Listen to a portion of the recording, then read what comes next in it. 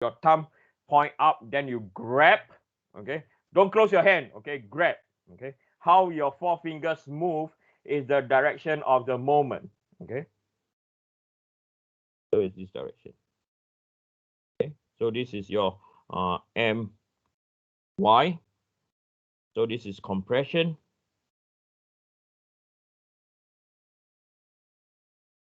And then this is your tensor, okay? Okay. And then the next thing that I want you to take note is which is your y direction and which is your z direction, or which is your y geometry and which is your x geometry. It dependent on the direction of your transformation. Okay, so we know the y is going upwards, the z is going towards the left. Okay, that's your y geometry and z geometry. Okay, so now we are going to calculate our stress x at point A. Okay, so there are two formula or two components, right? So we have my over Iyy multiplied by z, mz over Izz multiplied by y. Okay, so don't worry about the plus or minus before. I did not write the plus or minus yet, right? Okay, so now we're going to determine whether is it plus or minus. Okay, so if we look at moment at moment about y-axis, which is on, so this is moment about y-axis. On the left hand side is the moment about the z-axis. Okay, so if you look at the moment about the y-axis, which is the figure on your right hand side, right, point A, right, will due to moment about y will induce a compression. So I'm going to put a minus sign down here. And then at point A again, about mz, moment about z, right? So moment about z at point A, right? It's also going to be what? Compression. So both are minus. Can you all see that? Okay. So don't worry about this formula. Okay. Don't worry about this formula down here. That this is minus. Okay. That we're not bothered yet. When we analyze, we know what is a plus, which is a plus, and which is a minus. Okay. So from here, you just write down minus. Our moment about y is what? Let me see. I cannot remember. I think our moment about y is 3.42 times 10 to the power 3 divide by our Iyy that we found out. Our Iyy is 64. Now the next thing students get confused is the z. Okay, so where is the z? So we know that this is the z direction and this vertical is the y direction. So for this, the z is equal to what? 4. Okay, because z is the distance running horizontally from the centroid. So this is 4. Okay, then minus. So our mz is equal to 9.397. Is it? Okay, let me check. Our z 9.397. So 9.397 times 10 to the power 3. The y distance from the centroid is 2. Divided by Izz. So Izz we calculate to be 88.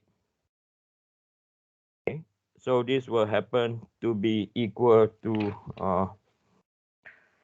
minus 3.42 power 3 times 4 divided by 64 minus 9.397 power 3 times 2 divided by 88.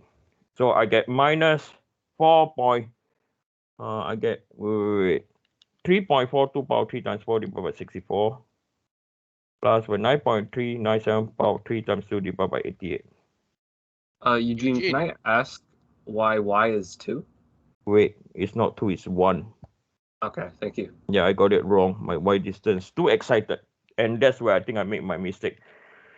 3.42 times 3 power 4 divided by 64 9.397 power 3 times 1 divided by 88. So it's 320.534. Okay, so minus 320.534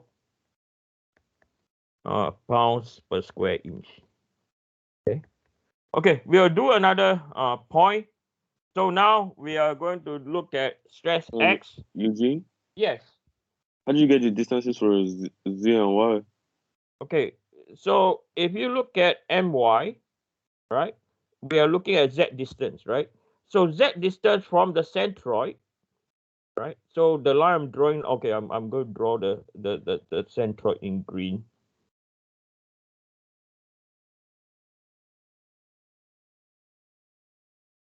Right? So the z distance is this distance over here. So this distance is equal to what? 4. Okay. And then on the other side, we know that the centroid is down here. Right? And the y distance from the centroid is 2 divided by 1. 2 divided by 2 divided by. Come on, Eugene, wake up. Good morning. Okay. Samuel, is that okay, Samuel? Yes, yes. Okay. Okay. So next we do we will do the stress in the at point B. Okay. So again, stress X at point B. Right. So again, my over Iyy z. Okay. mz over Izzy. Okay. So when you look at it again, so we look at moment about y, which you follow, look at the right figure, the figure on the right column. So moment about y at point B is also compressive, minus. Okay. So we look at moment about z, okay, at point B, where I'm circling now. Now it has to be what? In what? Tensile. So this is plus. Okay. So you write out everything again. So minus 3.42 times 10 to the power 3. The z is 4. The Iyy is 64. Now this will become plus 9.397 times 10 to the power 3 multiplied by 1 divided by 88. So this will be equal to 3.42 times 4 divided by 64 minus 10 plus by 9.397 power 3 times 1 divided by 88 is equal to minus 106.9 minus 106.966 psi. Eugene? Yes. Since point B is under the centroid, isn't it? The distance negative? Like, shouldn't it be -1? I don't care whether is it negative or positive. My negative or positive has been determined by my moment vector already. Okay, thank Okay, you. that's why I want you to visualize based on moment vector. If you are going to apply the formula on its own, okay, you're just going to apply this formula straight, then you have to include the positive and negative in the direction. Are we clear? Okay, thank you. But you have to remember that this is minus. I'm teaching you a method that you don't need to remember whether is it minus or plus. You just look at the moment vector and you just analyze and Bob's your uncle. You know what I mean? And don't Okay. ask me why Bob's my uncle, okay? It's just a figure of speech. Okay. And then finally, stress X at point D. Okay. So again, my over Iyy z, and then mz over Izzy. Okay, so you look at the moment about y. Okay, the moment about y. So the moment about y and where the moment is applied, they are superimposed one another. It's exactly at point D. Okay, so we are looking at point D now. Okay, so for this case, we know that it does not have any z distance at all. So this term over here is equal to what? 0. Okay, there is no what z distance at all. Okay, because the centroid and and point D is exactly at the same location. Okay, so the next one is mz. Okay, so look at moment about z at point D. We know that it's going to be tensile positive. Okay, we know that it's going to be in tensile, so this will be equal to 0 plus by moment about z is 9.397 times 10 to the power 3 multiplied by the y distance. The y distance is what? Is 3 plus 1, which is equal to 4, and divide by a distance of divide by your IZZ, which is 88. Okay, so 8.397 power 3 times 4 divided by 88 is equal to 381. Okay, wait, 9.397 power 3 times 4 divided by 88. 4 positive 427.136. Yes, sir. Hey, Eugene, quick question. Why is the first term 0 again? Oh, because of it's on the centroid. Okay. Oh, right. Right. If you look at point D, right, the z distance is exactly at the centroid down here, right? So that's why it's equal to 0. Okay, thank you. Okay. Right. So next we are going to identify the position of the centroid. Okay. Sorry, neutral axis. Next is how to. Anyone have any question? I don't see anything. So how to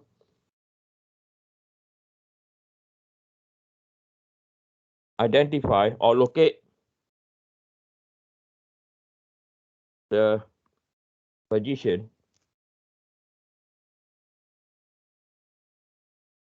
of the neutral axis.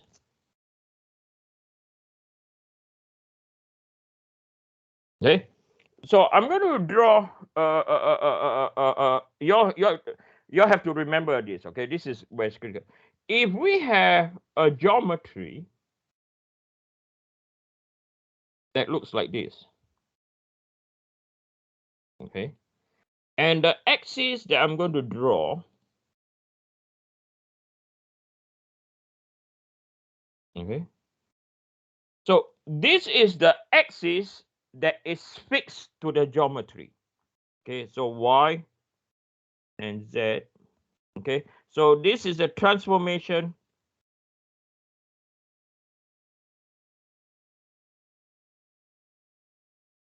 that is fixed to the axis.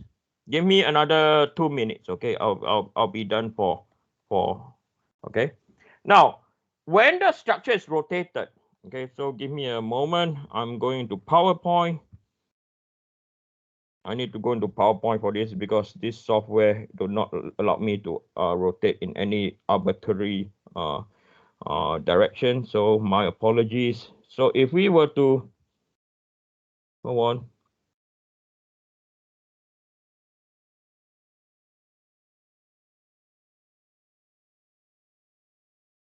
Okay, if we were to rotate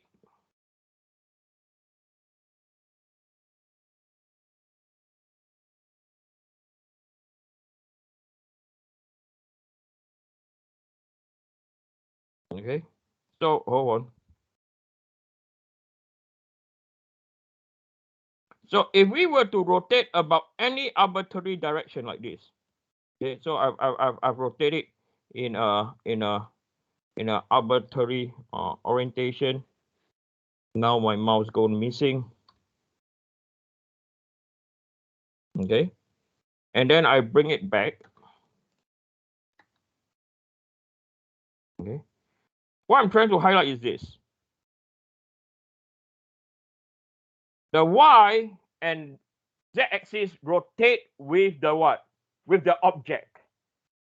Okay. When we want to find, when later we derive a set of formula to identify the location of the neutral axis. Okay. I'm going to stop here now. Okay. I'll see you all in 1 hour's time. Okay. So go for your next class. I'll see you all later then. Bye. I'll still be around if you have any question. Hi, I just had a question. Yes.